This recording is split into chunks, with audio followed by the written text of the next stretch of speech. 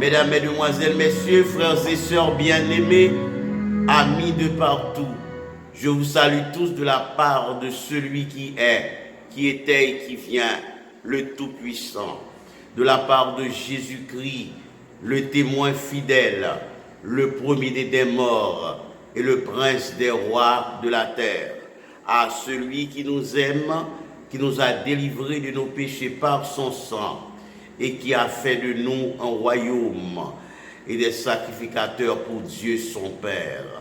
À lui soit la gloire au siècle des siècles.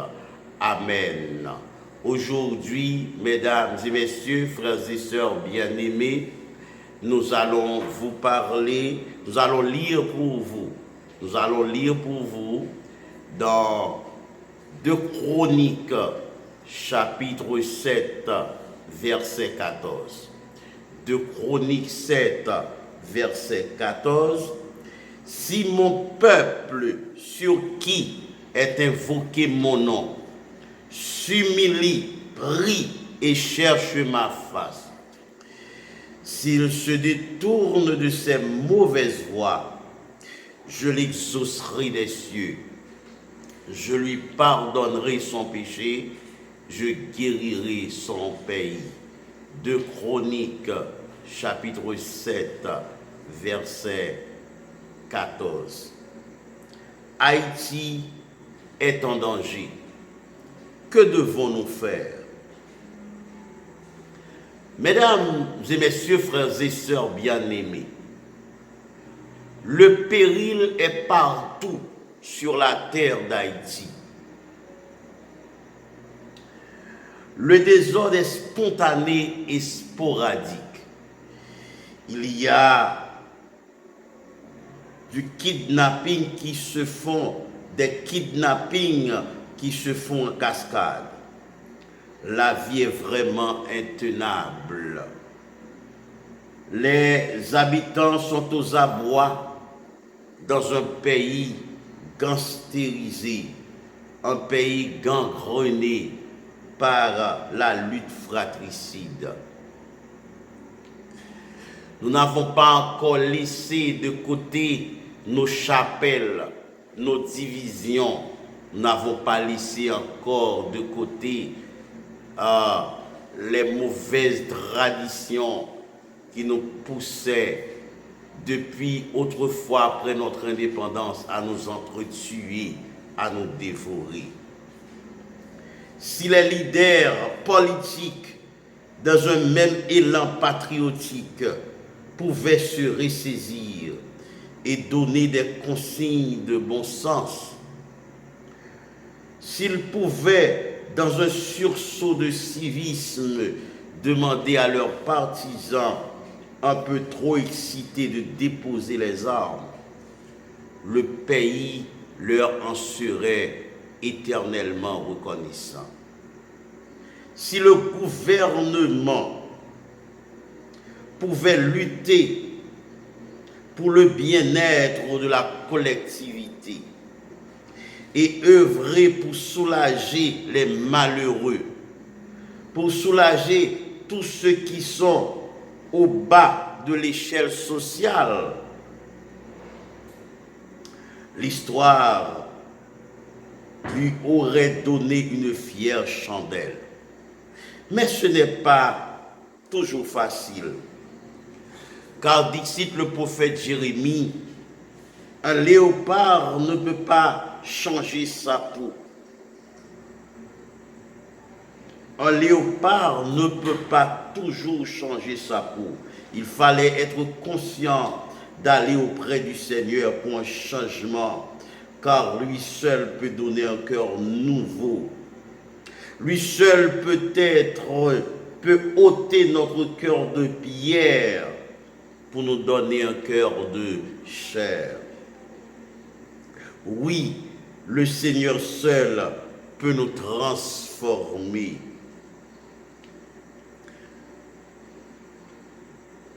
Frères et sœurs bien-aimés, le texte que nous venons de lire pour vous nous présente les conditions nécessaires à un pardon national des péchés.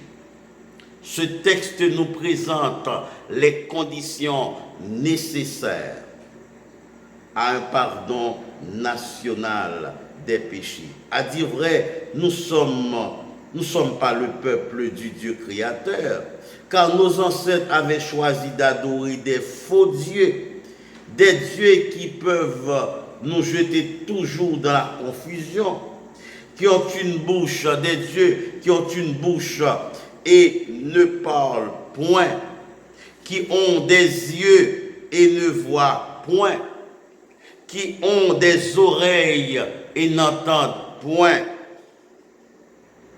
Jusqu'à présent, les yeux du peuple sont encore fermés. Nos frères et sœurs haïtiens ne veulent pas servir le Dieu vivant et vrai. La première démarche de tous les chrétiens qui sont en Haïti et dans la diaspora, c'est de lutter devant Dieu pour qu'il puisse nous accepter comme son peuple. Car quand un peuple se tourne vers des idoles, vers des esprits bas et méchants, Dieu ne peut pas être content avec ce peuple.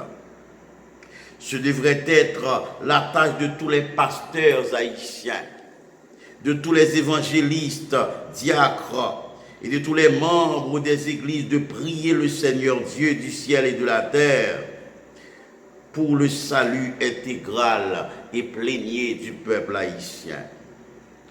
Le moment est venu de mettre de côté l'orgueil, la jalousie, les rancœurs, l'ambition personnelle, la dureté et la méchanceté pour une grande campagne de sauvetage national afin que Dieu, dans sa miséricorde, puisse susciter des hommes et des femmes crédibles, des hommes et des femmes respectueux et honnêtes dans le pays.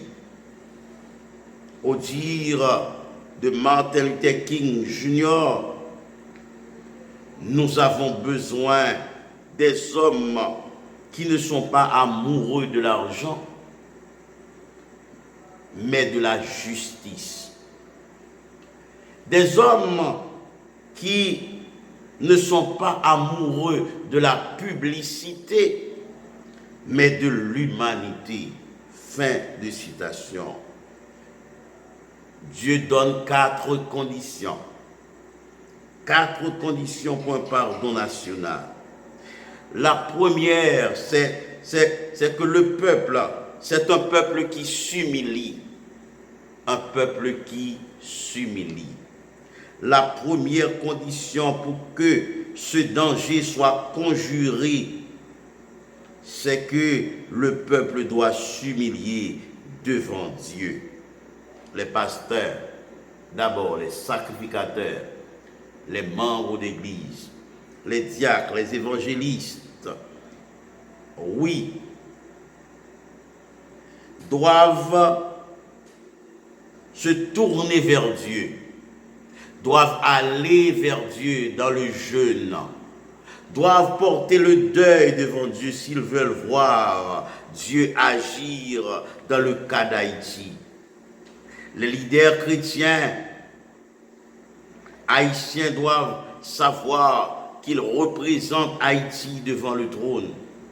Quand Dieu regarde le pays, il ne voit pas. Quand Dieu regarde le pays, il ne voit pas d'abord le gouvernement. Il nous voit, nous autres chrétiens, nous autres frères et sœurs. Il ne voit que ceux qui croient en lui, ceux qui ont la foi en lui et qui marchent à contre-courant, ceux qui ne marchent pas bien devant lui, qui professent son nom et qui ne vivent pas pour lui. Il nous voit d'abord. Nous devons nous humilier. Dans le jeûne, dans les pleurs, dans les lamentations. Nos jeûnes, nos pleurs, nos lamentations peuvent changer le cours des événements en Haïti. Quel que soit ce que vous voulez penser Dieu nous appelle à accomplir une tâche, une mission sacro-sainte sur la terre. Nous ne sommes pas des leaders politiques, nous sommes des leaders religieux, des leaders chrétiens. Nous devons nous humilier devant Dieu dans le jeûne en vue d'un changement radical. Pourquoi ne publions-nous pas un jeûne national? Au lieu de faire des marches, au lieu d'aller dans les mouvements politiques, au lieu de vouloir occuper des postes politiques, Dieu nous appelle à une mission sacro-sainte sur la terre. Pourquoi ne faisons-nous pas comme Esther et Mardochée dans le but de repousser, de renverser spirituellement les hauts lieux, les autels du pays? Que les grands de la fédération protestante du pays mobilisent le peuple dans des sièges de prière, dans 3 jours de jeûne et de prière, comme on avait fait au jour d'Esther, dans la capitale de Suse, dans le pays de Perse. Lorsque le peuple était en danger, on n'avait pas recouru à des marches politiques. Lorsque le peuple était en danger, on se tournait vers Dieu dans le jeûne et la prière. Ne remarquons-nous pas que le pays va s'effondrer? Ne remarquons-nous pas que le pays va être exterminé? Les forces vives, les hommes courageux, les jeunes gens du pays tombent. Et la méchanceté demeure dans le pays. Il est temps pour nous de faire, d'aller vers Dieu dans le jeûne et la prière. Il est temps de comprendre que l'adversaire mérite d'être détrôné dans le pays. Il est temps pour nous de bombarder le ciel par des jours d'humiliation, de deuil, de jeûne. Le pays est en danger, mesdames et messieurs. Il y a péril en la demeure. Il faut agir vite. Il faut agir au temps convenable. Non seulement la première condition, c'est de nous humilier devant Dieu. Il y a une deuxième condition dans le texte. C'est la prière. Si mon peuple sur qui est invoqué mon nom s'humilie. Deuxièmement, prie. La deuxième condition pour conjurer le danger sur Haïti, c'est la prière. C'est une arme, la prière est une arme offensive et défensive. Les chrétiens qui se trouvent dans le pays doivent faire des sièges de prière, des marches de prière, des soupirs devant Dieu pour la délivrance du pays. La bénédiction de Dieu doit descendre du ciel sur Haïti. Mais elle doit passer par l'Église d'abord. L'Église, quel que soit ce qu'on veut dire, c'est le dernier rempart. L'Église, c'est la colonne et l'appui de la vérité. Le peuple chrétien doit se mettre en prière, jour et nuit. Le peuple chrétien doit rester constamment sur la brèche dans le but de renverser les forteresses de Satan et d'amener toute pensée captive à l'obéissance de la parole de Dieu. Les chrétiens haïtiens de la diaspora sont très concernés aussi. Chrétiens haïtiens de la diaspora, vous devez jeûner et prier pour le pays, car c'est notre pays. Même lorsque nous vivons dans de grands pays, des pays de grande abondance, nous devons penser à notre cher Haïti qui est sur le point d'être effondré d'être exterminés. Nous devons être comme Néhémie qui occupait une haute position à l'étranger, mais qui était attristé pour son pays. Il priait et jeûnait pour l'intervention de Dieu sur le pays. Haïti, mesdames et messieurs, frères et sœurs bien-aimés, Haïti, notre pays, est au comble de son malheur. Vous, chrétiens de la diaspora, vous devez être attristés pour le malheureux état où le pays se trouve actuellement. La prière peut nous donner des résultats positifs. La première condition, c'est de nous humilier. La deuxième condition, c'est la prière. La troisième condition pour conjurer le danger sur Haïti, c'est de rechercher la face de l'Éternel. Il ne dit pas de rechercher l'argent, de rechercher des millions. Il n'est pas dit de rechercher des relations, les relations des grandes puissances, des pistons. Mais le texte est clair, il faut rechercher la face de l'Éternel. Dans les moments de crise, dans un pays, les habitants ne peuvent pas s'adresser à des faux dieux,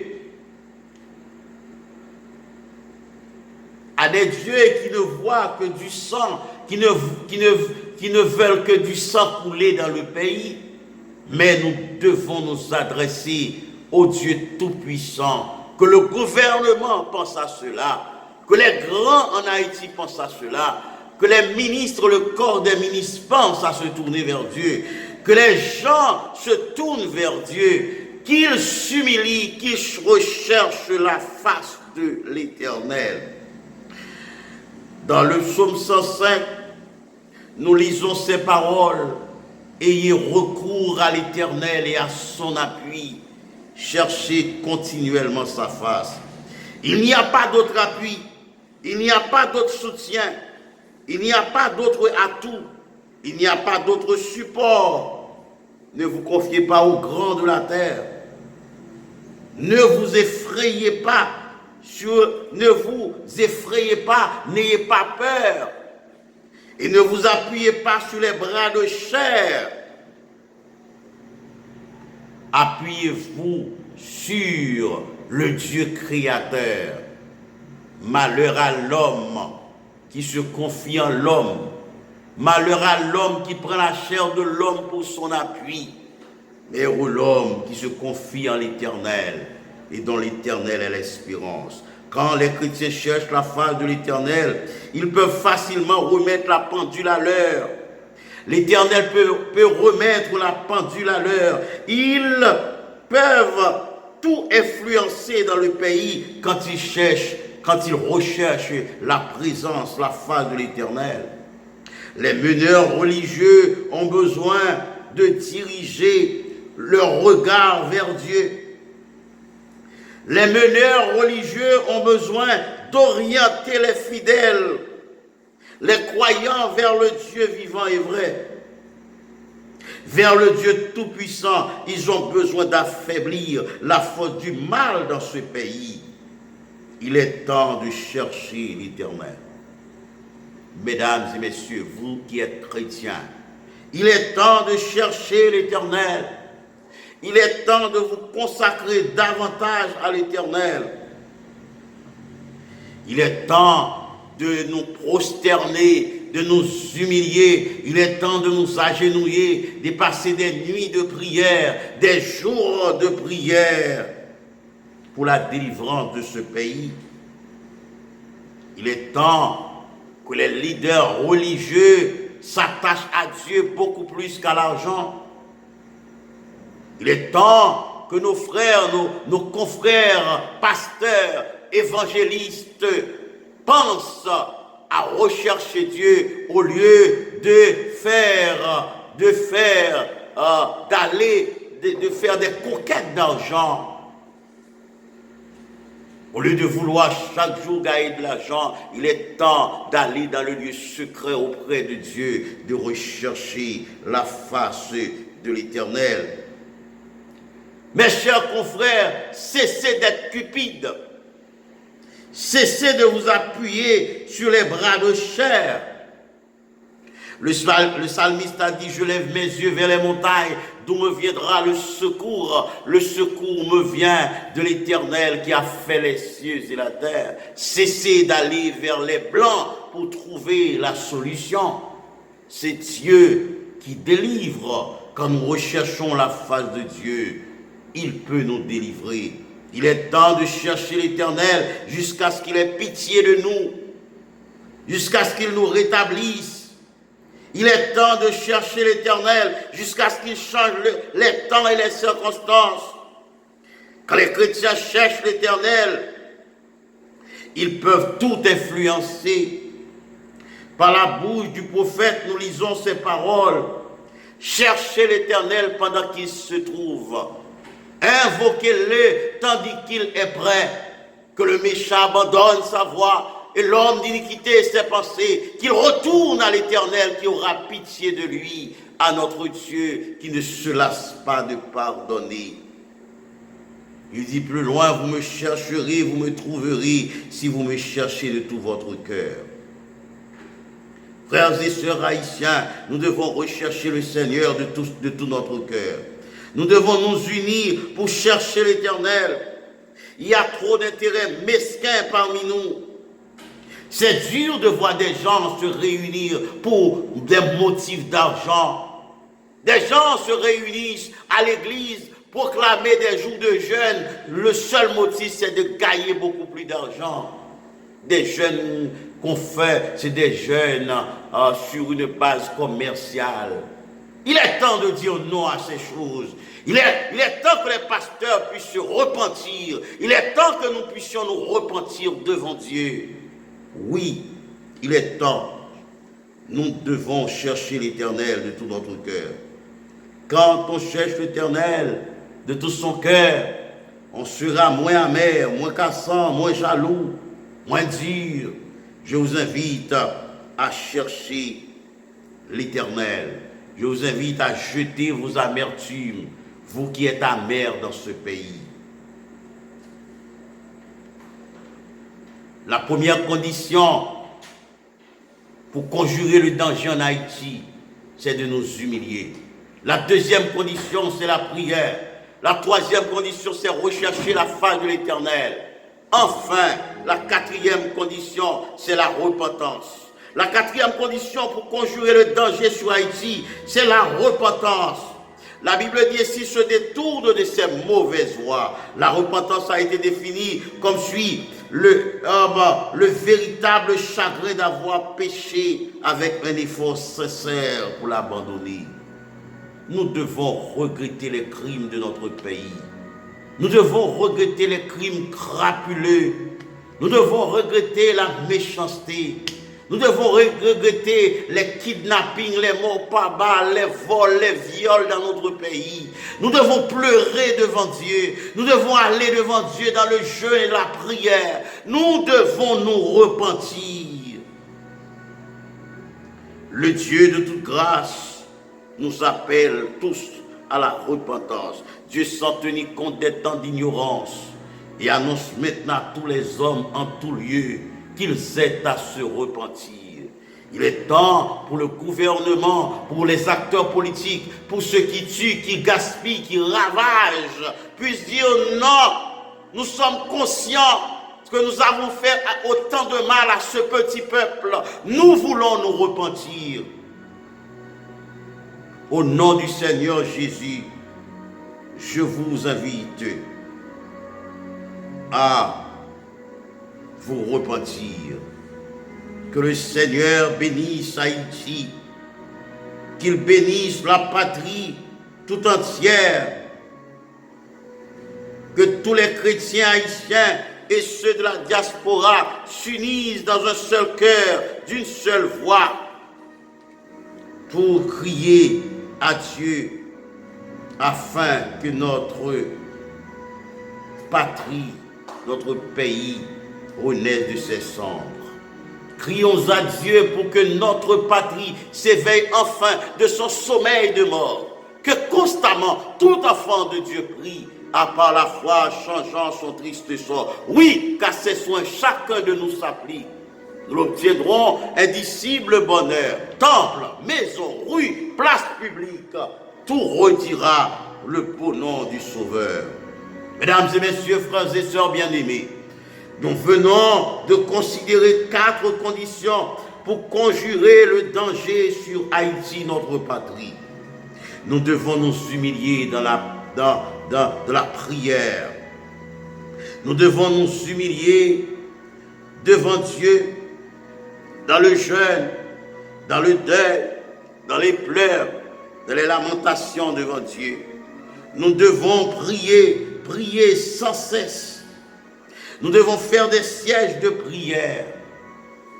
Nous devons troisièmement rechercher la face de l'Éternel. Pas l'argent, pas les relations, pas de faire du lobbying, mais chercher l'Éternel. Et quatrièmement, enfin, nous devons nous repentir. Quitter la méchanceté, les crimes, les conduites condamnables. Nous devons nous tourner vers Dieu. Que le Seigneur vous soutienne. Que le Seigneur bénisse notre pays. Que le Seigneur bénisse Haïti. Que la main de Dieu soit sur nous. Amen.